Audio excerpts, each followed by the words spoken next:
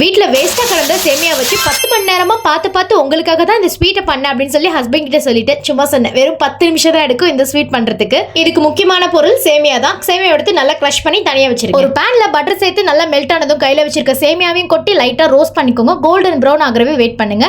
நல்லா ஃபைனாக அந்த சேமியா இருந்துச்சுன்னா டேஸ்ட் இனிமே நல்லா இருக்கும். அது கூடவே ஸ்வீட்காக கண்டென்சர் மில்க் வந்து ஆட் பண்ணியிருக்கேன். எக்ஸ்ட்ராவாக சுகர் எதுவும் நான் ஆட் பண்ண போகிறது கிடையாது. இந்த 3 மட்டும் போதும். சேர்த்து மிக்ஸ் பண்ணும்போது நல்லா திக்காக வரும். அந்த ஸ்டேஜில் உடனே கேஸ் ஸ்டவ் ஆஃப் பண்ணிடுங்க. ரொம்ப நேரம் குக் பண்ண விட்டுட்டீங்கன்னா ரொம்பவே ஹார்டாக போயிடும், நல்லா இருக்காது. ஒரு நல்ல ஷேப் வரதுக்கு உங்கள் வீட்டில் ஏதாவது மோல்டு இருந்துச்சுன்னா நீங்கள் அதை வந்து யூஸ் பண்ணிக்கோங்க. இல்லாத பட்சத்துக்கு பிரச்சனையே இல்லை. வாட்டர் பாட்டிலோட கேப் வந்து இருக்கும் பார்த்தீங்களா, நீங்கள் அதை கூட வந்து யூஸ் பண்ணிக்கலாம். நம்ம ரெடி பண்ணி வச்சிருக்க சேமியாவை அந்த மோல்டில் சேர்த்து லைட்டாக ப்ரெஸ் பண்ணி கவுத்தா போதும். டவக்குன்னு வந்து விழுந்துரும். அந்த அளவுக்கு வந்து ரொம்ப ஹார்டாக வந்து இருக்காது. ஸோ மேலே கார்னிஷிங்காக பிஸ்தா வந்து ஆட் பண்ணியிருக்கேன். மெயினாக என் நெய்பர்ஸ் எல்லாம் இதுக்கு எங்கள் ஸ்வீட் அப்படின்னு சொல்லிட்டு மறுநாளே கேட்க ஆரம்பிச்சிட்டாங்க. ஸோ உடனே சிம்பிளாக இருக்கிறதுனால இதுவே செஞ்சு கொடுத்துட்டேன். சாக்லேட் ஹனி வச்சு கூட நீங்கள் சர்வ் பண்ணலாம். பார்க்கறதுக்கும் சாப்பிட்றதுக்கும் சரி அவ்வளோ சூப்பராக இருக்கும்.